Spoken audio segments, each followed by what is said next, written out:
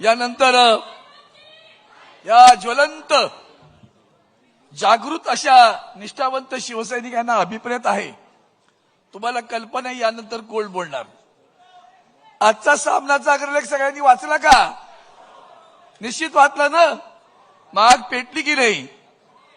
एवढे सगळे अन्याय होऊन सुद्धा ज्यांची लेखणी आणि वाणी अशी काही परजत असते की ती रोज जबरदस्त धमाका उडवते, असे शिवसेनेचे नेते आदरणीय संजय राऊत साहेब यांना विनंती करतो की त्यांनी आता संबोधावं.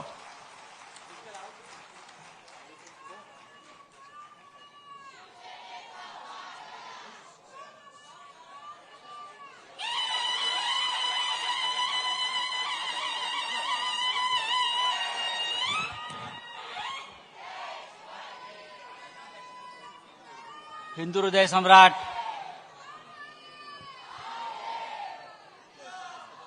शिवसेना प्रमुख माननीय बाळासाहेब ठाकरे यांना अभिवादन करतो. या शिवसेनेचं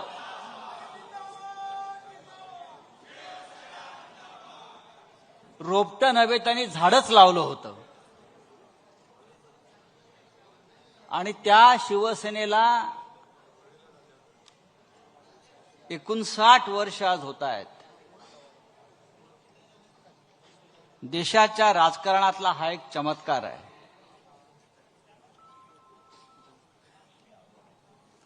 सन्माननीय शिवसेना पक्ष प्रमुख उद्धवजी ठाकरे, युवासेना प्रमुख आदित्यजी ठाकरे, व्यासपीठावरील सर्व शिवसेनेचे मान्यवर नेते आणि या सभागृहात उपस्थित असलेले महाराष्ट्राच्या कानाकोपऱ्यातून आलेले सर्व शिवसेनेचे जिल्हा प्रमुख, संपर्क प्रमुख, तालुका प्रमुख, शाखा प्रमुख, आज कोणताही मनोरंजनाचा कार्यक्रम नाही, फक्त विचार देण्याचा कार्यक्रम आहे. मनोरंजनाचा कार्यक्रम ठेवण्याचं फार कारण दिसत नाही, कारण आपलं मनोरंजन करण्याची जबाबदारी या सरकारनं घेतलेली आहे. रोज काहीतरी एक वेगळा कार्यक्रम, ज्याला आपण शो म्हणतो. आज हॉरर शो झाला. आज पाहिलं तर एकदम हॉरर शो, थरारक सिनेमा. कोणीतरी एक मंत्री एका अघोरी बाबासह बसलेला आहे, उघडा बंब टॉवेलवर, त्या अघोरी बाबाच्या हातात कवटी आहे आणि बहुतेक त्याच्या खुर्चीखाली रेड्याचं शिंग असावं असं मला वाटलं. आणि बराच वेळ ती अघोरी विद्येचा कार्यक्रम सुरू होता. मला वाटलं एकेकाळी आमच्या कॉलेज जीवनामध्ये एक रामसे ब्रदर्स होते, रामसे ब्रदर्स. ते असे हॉरर सिनेमे काढायचे आणि आम्हाला भीतीच वाटत नव्हती. तर सकाळी हॉरर सिनेमा पाहिला. या हॉरर सिनेमाचे कलाकार, निर्माते, दिग्दर्शक, त्यांचा सुद्धा आज एक कार्यक्रम कुठेतरी सुरू आहे, हॉरर कार्यक्रम डोम मध्ये. या महाराष्ट्रामध्ये इतके आता कार्यक्रम होत आहेत मनोरंजनाचे, तर उद्धव साहेबांनी ठरवलं की आपल्याला अशा कार्यक्रमाची गरज नाही, आपण थेट विचार देऊया. 59 वर्षाच्या शिवसेनेला सातत्यानं जर कोणता कार्यक्रम बाळासाहेबांनी दिला असेल तर तो या राज्याला आणि देशाला विचार देण्याचा.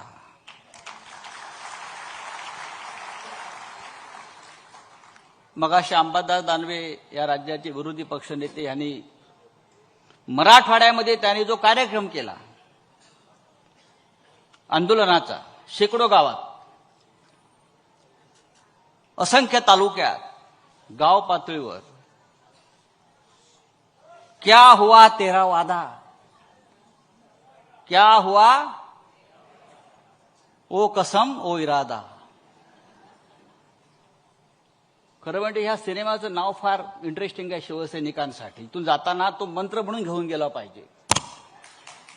त्या सिनेमाचं नाव आहे हम किसी से कम नहीं. इथे समोर बसलेले शेकडो शिवसैनिक त्यांनी आपल्या मनाशी एक आत्मविश्वास, एक निर्धार आणि एक जिद्द पक्की ठेवली पाहिजे की हम किसी से कम नहीं. शिवसेना किसी से कम नहीं. हिंदुहृदय सम्राट बाळासाहेब ठाकरे यांनी या शिवसेनेची स्थापना केलेली आहे. आज मुंबईत मगाशी आपण म्हणालात ते इकडे तिकडे होर्डिंग लागलेले आहेत. ज्यांचा जन्म 2 वर्षापूर्वी झाला, आपण बरोबर म्हणालात अंबादासजी, त्यांनाही वाटतं आपण 59 वर्षाचे झालो. आता या मुंबईमध्ये त्यांच्या पक्षाचा स्थापना सोहळा करणं हा मराठी माणसाचा अपमान आहे. त्यांचा स्थापना सोहळा सुरतला व्हायला पाहिजे.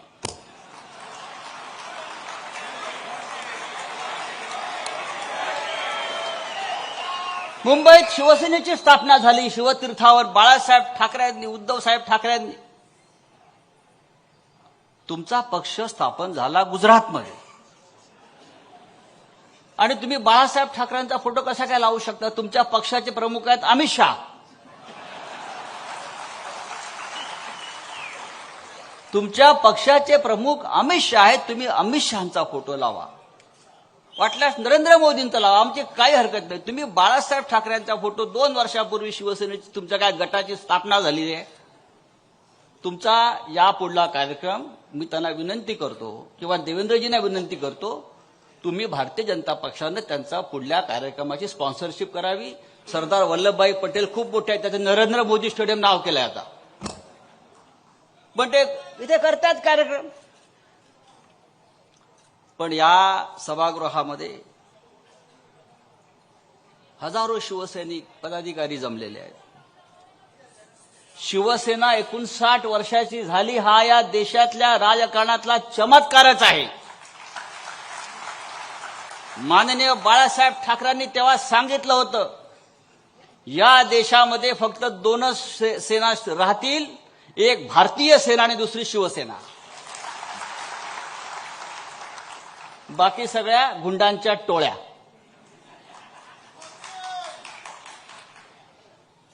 – 59 वर्षाची शिवसेना ही आजही विचारानं तरुण आहे.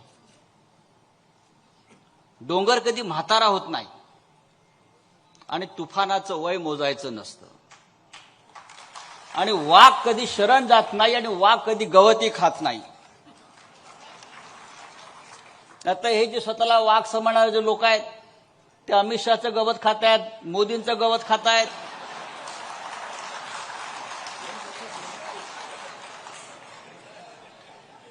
आम्ही असे नाही. मी जेव्हा म्हणतो की शिवसेना या देशाच्या राजकारणातला सगळ्यात जुना पक्ष आहे, सगळ्यात जुना पक्ष कोणता असेल अनुभवी, तर हा रावते साहेब आपला बाळासाहेब ठाकरेंनी स्थापन केलेली शिवसेना. जेव्हा शिवसेना या महाराष्ट्रात गर्जना करत होती, लढाया लढत होती, संघर्ष करत होती मराठी माणसासाठी आणि हिंदुत्वासाठी, तेव्हा आजचे सगळे पक्ष हे पाळण्यामध्ये होते. भारतीय जनता पक्षाचा जन्म 1980 साली झालाय. राष्ट्रीय काँग्रेस ज्याला इंदिरा काँग्रेस जी होती त्या काँग्रेसचा जन्म 1976 साली झाला. पवार साहेबांचा राष्ट्रवादी काँग्रेस 1999 साली जन्माला आली. बाकी सर्व पक्ष या देशातले हे शिवसेनेच्या स्थापनेनंतर जन्माला आले आणि शिवसेना हा एकमेव पक्ष आज आहे असा की त्या पक्षानं आज 59 उन्हाळे, पावसाळे, वादळ, तुफान अंगावर झेललेले आहेत आणि त्यातून आम्ही अत्यंत खंबीरपणे उभे आहोत. आमच्या जीवनातला संघर्ष कधी संपला नाही. संघर्ष आमचा ऑक्सिजन आहे, संघर्ष आमचा प्राणवायू आहे. याचं कारण असं आहे, हा पक्ष भ्रष्टाचाराच्या आणि ठेकेदारांच्या पैशावर उभा राहिला नाही, तर शिवसैनिकांच्या रक्तावर, घामावर आणि संघर्षावर उभा राहिलेला आहे. गेल्या 4 वर्षात काय कमी संकट आली, पण असंख्य संकट आली. गेल्या 59 वर्षात, 60 वर्षामध्ये शिवसेना प्रमुखांच्या डोळ्यासमोर त्यांनी घडवलेली माणसं सोडून गेली. माननीय उद्धव साहेबांनी ज्याला मोठी मोठी पदं दिली ते सोडून गेले. माननीय बाळासाहेब असतील, माननीय उद्धवजी असतील. मी नेहमी सांगतो, आपण माकडांची माणसं केली. ठाकरेंनी माणसांची माकडं केली. त्या माणसांना माकडांची माणसं केली. त्या माणसांना सरदार सुद्धा आपणच बनवलं आणि त्या सरदाराने आमच्या पाठीमध्ये घाव घातलेले आहे. हे आम्ही सातत्याने पाहतो. आणि इतक्या हल्ल्यानंतर सुद्धा ही शिवसेना कधी झुकली नाही, वाकली नाही, कुणाच्या चरणाशी बसली नाही. नाहीतर या भूतलावरती असे अनेक नेते 56 इंच छातीवाले, एक ट्रम्पचा फोन येतो आणि सरेंडर होतात. आमच्यावर सुद्धा, माननीय उद्धव साहेबांवर सुद्धा, आमच्या नेत्यांवर सुद्धा असे अनेक फोन, असे अनेक दबाव आमच्याकडे आले, पण आम्ही झुकलो नाही. सरेंडर होने का काम नरेंद्र और देवेंद्र का है, हमारा नहीं. हम लढने वाले लोग हैं. या देशात काय चाललंय? भारतासारख्या महान देशात जो काश्मीर आपला एक महत्वाचा आमचं अंग आहे देशाचं, महाराष्ट्रासह देशातले असंख्य पर्यटक जातात पहलगावमध्ये. तिथे 4 अज्ञात लोक शस्त्र घेऊन येतात, बंदुका घेऊन येतात, धर्म विचारतात आणि धर्म विचारून आमच्या 26 माय भगिनींचं माथ्यावरचं कुंकू पुसतात, सिंदूर उजाड करतात. अख्ख्या देशामध्ये हलकल्लोळ माजतो, हाहाकार माजतो, आक्रोश होतो. पण त्या पहलगावच्या हल्ल्याला 2 महिने होऊन गेले तरी त्या 4 अतिरेक्यांचा शोध हे 56 इंचाचं सरकार घेऊ शकलं नाही. कुठे गेले ते 4 अतिरेकी? कुठे गेले ते 4 दहशतवादी? तुम्ही पाकिस्तानवरती बॉम्ब टाकलात, मिसाईल टाकलं, सगळं केलं, दाखवलं, मग माघार घेतली. पण मुख्य प्रश्न कायम आहे. ते 4 अतिरेकी ज्यांनी आमच्या माय भगिनींचं कुंकू पुसलं, ते जमिनीत गडप झाले, हवेत अदृश्य झाले, आकाशात गेले, पाताळात गेले. गेले कुठे याचा शोध या देशाच्या गृहमंत्र्यांना अजून घेता आला नाही. आणि तुम्ही आम्हाला शौर्याच्या आणि राष्ट्रभक्तीच्या गोष्टी सांगता कशा करता? उद्धव साहेबांचं मला अभिनंदन करायचं आहे. ऑपरेशन सिंदूर सुरू झालं, देशावर हल्ला झाला. उद्धवजींनी सगळ्यांना आम्हाला सांगितलं, खासदारांना सांगितलं, नेत्यांना सांगितलं, हा देशावरचा हल्ला आहे, हे देशावरचं संकट आहे. आपल्यातले सगळे मतभेद विसरून सरकार जी कारवाई करते आहे, जी कृती करते आहे, आपण त्यांच्या मागे ठामपणे उभं राहायला पाहिजे. हीच आपली राष्ट्रभक्ती आहे. आणि आम्ही सगळे त्या पद्धतीनं काम करायला लागलो. पण राजकारण कोणी सुरू केलं या हल्ल्याचं? तर भारतीय जनता पक्षानं सुरू केलं. ऑपरेशन सिंदूरच्या नावाखाली आज मतं मागितली जात आहेत. ही आमच्या माय भगिनींचा पुसलेला कुंकवाचा अपमान आहे. मी आपल्याला सांगतो, आम्हाला असं वाटलं की मोदींनी आता लढण्याची जी सुरुवात केली आहे पाकिस्तान बरोबर, आता पाकिस्तानचे 4 तुकडे करूनच आमचं सैन्य मागे येईल. आता इस्लामाबाद, कराची, लाहोर, बलुचिस्तानवरती तिरंगा फडकवून आमचं सरकार मागे येईल. पाकिस्तानातील सगळे दहशतवादी अड्डे उद्ध्वस्त करून आमचं सरकार, आमचं सैन्य मागे येईल, शांत राहील. पण काय दुर्दैव या देशाचं, आमचं सैन्य आक्रमण पुढे पुढे जात असताना, हवाई दल हल्ले करत असताना अमेरिकेतून एक फोन येतो प्रेसिडेंट ट्रम्पचा, आणि त्या एका फोन नंतर हा भारत दहशतवादाविरुद्धची लढाई थांबवतो आणि माघार घेतो. आणि ही माघार का घेतली हे नरेंद्र मोदी आजही आम्हाला सांगू शकलेले नाही. आणि आज तेच प्रेसिडेंट ट्रम्प पाकिस्तानच्या लष्कर प्रमुखाला त्याच्या व्हाईट हाऊसमध्ये जेवायला बोलवतात, डिनरला बोलवतात आणि बोलतात आय लव्ह पाकिस्तान. हे नरेंद्र मोदींचे मित्र. आणि आम्हाला राष्ट्रभक्ती शिकवताय, आम्हाला हिंदुत्व शिकवताय. आमच्या हिंदुत्वावरती तुम्ही प्रश्नचिन्ह उभा करताय, आमच्या राष्ट्रभक्तीवरती प्रश्नचिन्ह निर्माण करताय. या देशामध्ये डी कंपनीचं राज्य सुरू आहे. डी कंपनीचं राज्य सुरू आहे. दिल्लीमध्ये डी म्हणजे डरपोक आणि महाराष्ट्रातलं डी म्हणजे डायरेक्ट डी, ज्याला तुम्ही डी डी म्हणता. या डी कंपनीचे, या मुंबईतले, महाराष्ट्रातले अंडरवर्ल्डचे सगळे लोक भारतीय जनता पक्षानं आपल्या सरकारमध्ये घेतले आहेत. त्याच्यामुळे हे सरकार डी कंपनी चालवते आहे. आणि मला असं वाटतं प्रत्येक शिवसैनिकानं मतदारांपर्यंत, लोकांपर्यंत हा अत्यंत महत्वाचा विषय जो आहे हा आपण घेऊन गेला पाहिजे. शिवसैनिक कधी खचणारा नाही. बाळासाहेब ठाकरेंनी जी आम्हाला प्रेरणा आणि ऊर्जा दिलेली आहे ती अशी कच खाणारी नाही आहे. आम्ही लढणारे लोक आहोत आणि आम्ही लढत राहू.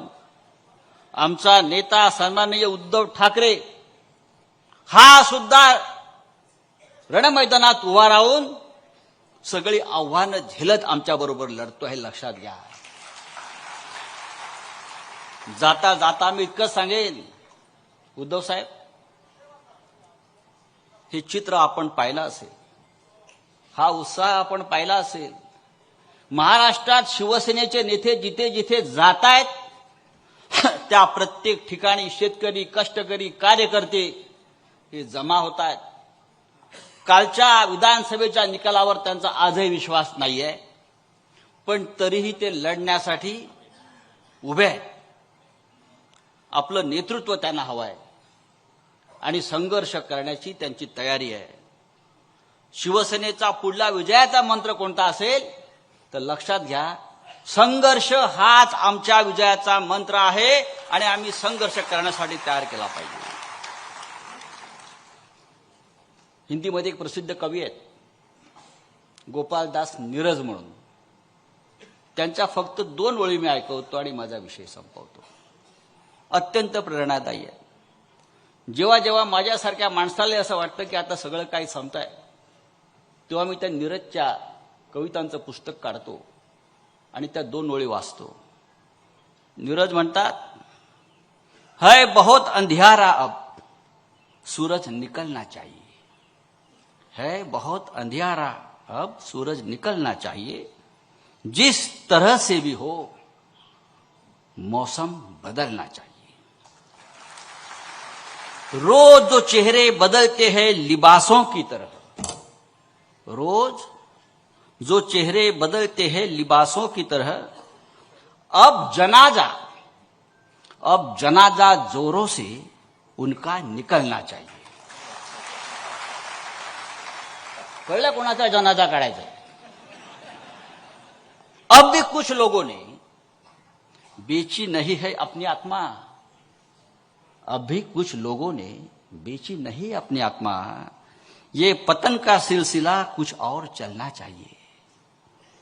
फूल बनकर जो जिया वो यहां मसल गया, फूल बनकर जो जिया वो यहां मसल गया, जिस्त को फौलाद के साचे में ढलना चाहिए. छीनता हो जब तुम्हारा हक कोई, छीनता हो जब तुम्हारा हक कोई, उस वक्त तो आंख से आंसू नहीं शोला निकलना चाहिए. ही शिवसैनिकांसाठी प्रेरणा आहे. आपण चिडलं पाहिजे, आपण संतापलो पाहिजे, आणि हा संताप आणि चीड अन्यायाविरुद्ध आहे, आमच्यावर झालेल्या अन्यायाविरुद्ध आहे. निवडणूक आयोग ठरवू शकत नाही, अमित शहा ठरवू शकत नाही शिवसेना कोणाची आहे. उद्या आम्ही ठरवू, अमित शहा या देशात राहील की देशाच्या तुरुंगात राहील. जय हिंद, जय महाराष्ट्र.